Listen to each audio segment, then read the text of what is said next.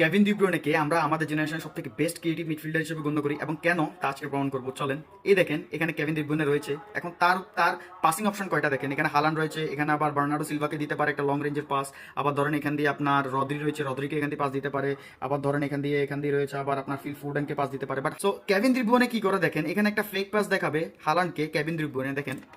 দেখেন এই দেখেন একটা ফেক পাস এখন দেখাচ্ছে, হালান্ড সামনের দিকে আসতেছে,